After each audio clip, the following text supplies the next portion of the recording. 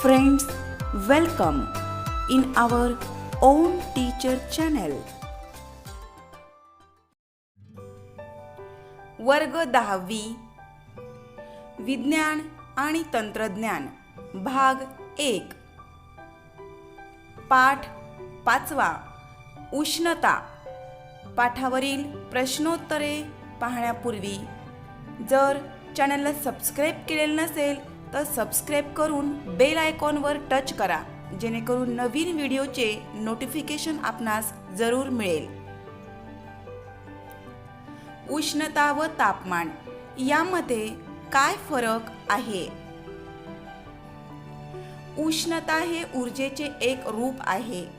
दोन भिन्न तापमान असलेले पदार्थ औष्णिक संपर्कात आल्यास अधिक तापमानाच्या पदार्थाकडून कमी तापमानाच्या पदार्थाकडे औष्णिक ऊर्जेचे स्थलांतर होते.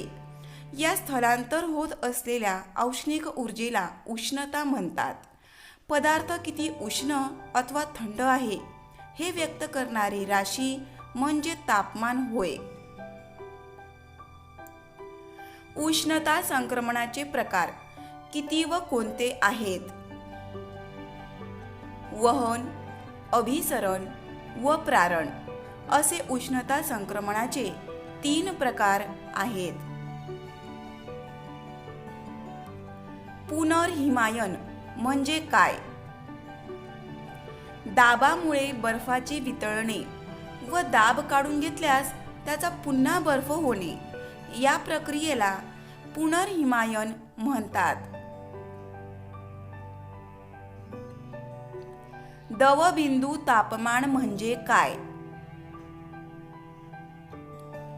एका विशिष्ट तापमानाची असंपृक्त हवा घेतली व तिचे तापमान कमी करीत नेले तर तापमान कमी होताना ज्या तापमानास हवा बाष्पाने संपृक्त होते त्या तापमानास दवबिंदू तापमान म्हणतात.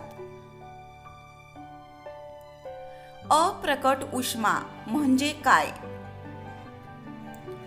अप्रकट उष्मा म्हणजे पदार्थाचे स्थिर तापमानात अवस्थांतर होत असताना पदार्थाने शोषून घेतलेली अथवा बाहेर टाकलेली उष्णता होय. द्रवाचे स्थायूत रूपांतर होताना, बाष्पाचे द्रवात रूपांतर होताना तसेच बाष्पाचे स्थायूत रूपांतर होताना हा अप्रकट उष्मा पदार्थाकडून बाहेर टाकला जातो. वितळणाचा अप्रकट उष्मा म्हणजे काय? स्थायूचे द्रवात रूपांतर होत असताना स्थिर तापमानाला जी उष्णता शोषली जाते तिला वितळणाचा अप्रकट उष्मा म्हणतात.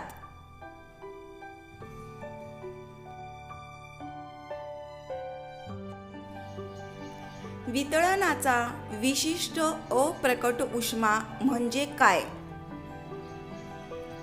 एकक वस्तुमानाच्या स्थायू पदार्थाचे द्रवामध्ये पूर्णपणे रूपांतर होत असताना स्थिर तापमानावर जी उष्णता शोषली जाते त्या उष्णतेला वितळणाचा विशिष्ट अप्रकट उष्मा असे म्हणतात. पदार्थाचा उत्कलनांक म्हणजे काय?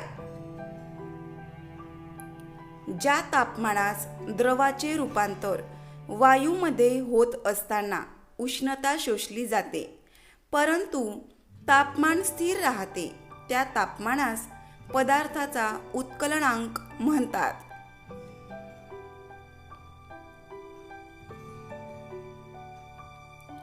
अप्रकट उष्म्याचा पुनर्हिमायनाशी काय संबंध आहे? बर्फ वितळताना उष्णता शोषली जाते पण तापमान बदलत नाही. तसेच नंतर पाणी गोठून त्याचे बर्फ होताना उष्णता बाहेर टाकली जाते पण तापमान बदलत नाही.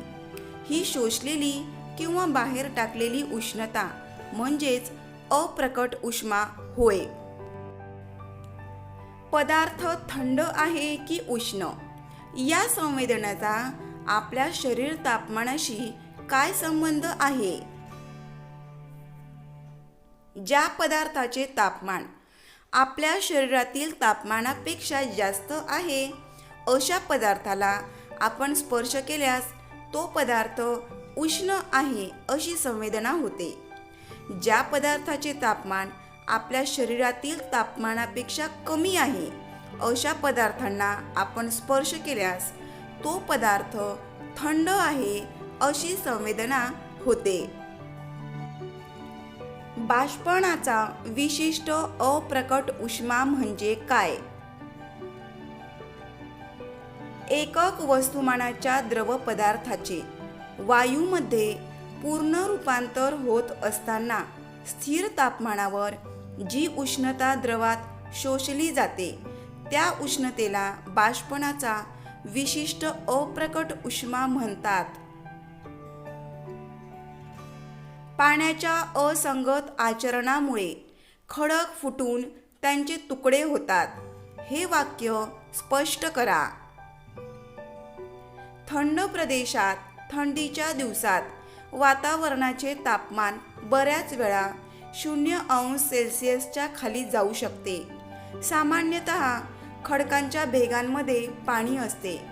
पाण्याच्या असंगत आचरणामुळे पाण्याचे तापमान 4°C खाली गेल्यास पाणी प्रसरण पावते व कालांतराने त्याचे बर्फ बनले तरी त्याचे आकारमान अधिक होते. अशा वेळी खडकांच्या भेगांमधील पाण्याने निर्माण झालेल्या दाबामुळे खडक फुटून त्यांचे तुकडे होतात.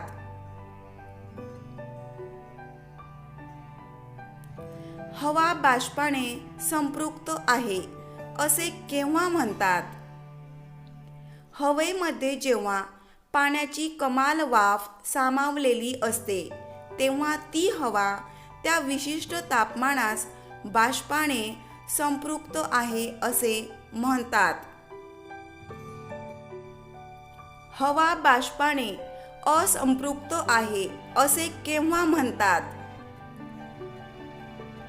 हवा सामावून घेऊ शकत असलेल्या बाष्पाच्या कमाल मर्यादेपेक्षा हवेमध्ये कमी बाष्प सामावलेले असल्यास ती हवा त्या विशिष्ट तापमानास बाष्पाने असंपृक्त आहे असे म्हणतात.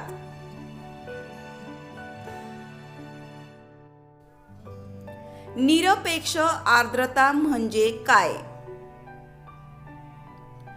एकक आकारमानाच्या हवेमध्ये असलेल्या पाण्याच्या वाफेच्या वस्तुमानास निरपेक्ष आर्द्रता म्हणतात.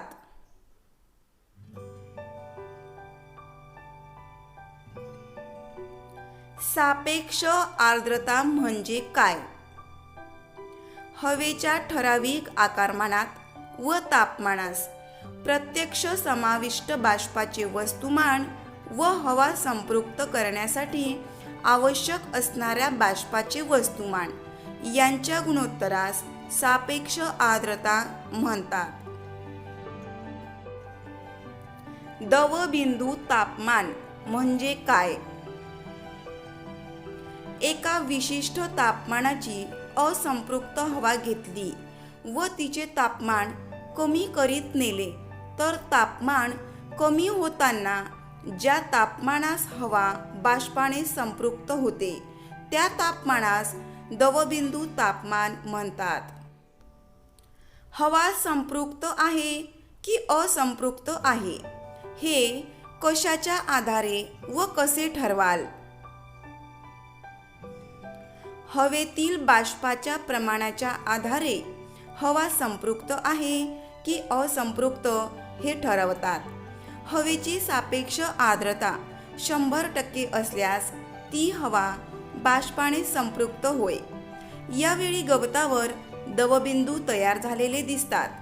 हवेची सापेक्ष आर्द्रता 100% कमी असल्यास ती हवा बाष्पाने असंपृक्त होय. वातावरणातील आर्द्रतेचे 2 परिणाम लिहा. हवेचे तापमान दवबिंदू तापमानापेक्षा खाली गेल्यास वातावरणातील आर्द्रतेमुळे दव आणि धुके तयार होते.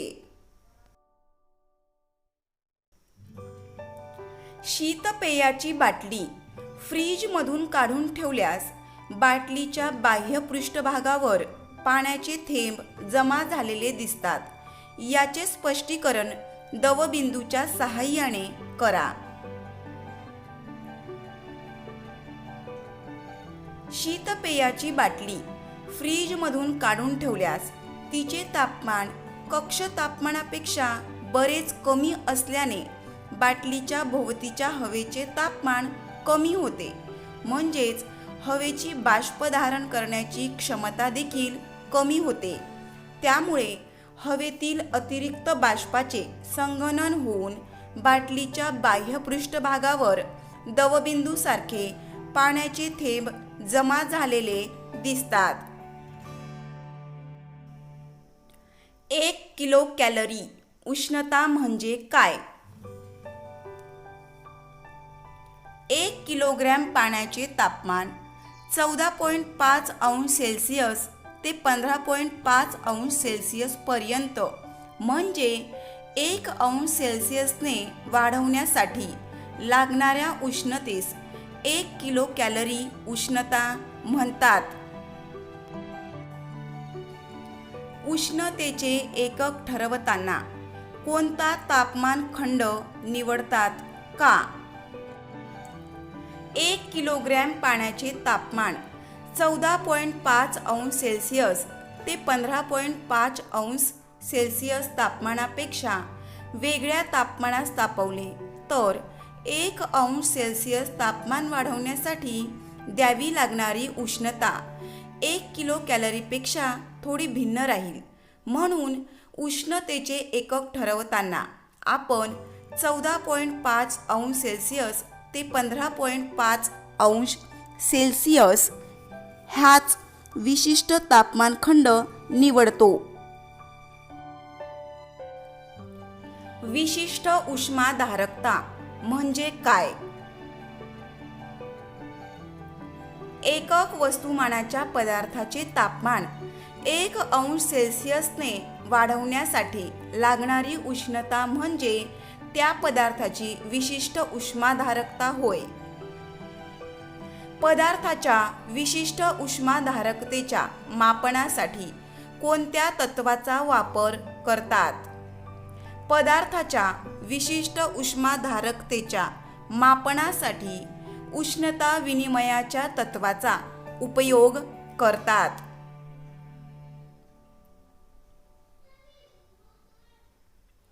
उष्णता विनिमयाचे तत्व सांगा. 2 वस्तू उष्णतारोधक पेटीत ठेवल्यास पेटीत बाहेरून उष्णता आत येणार नाही किंवा पेटीतून उष्णता बाहेरही जाणार नाही.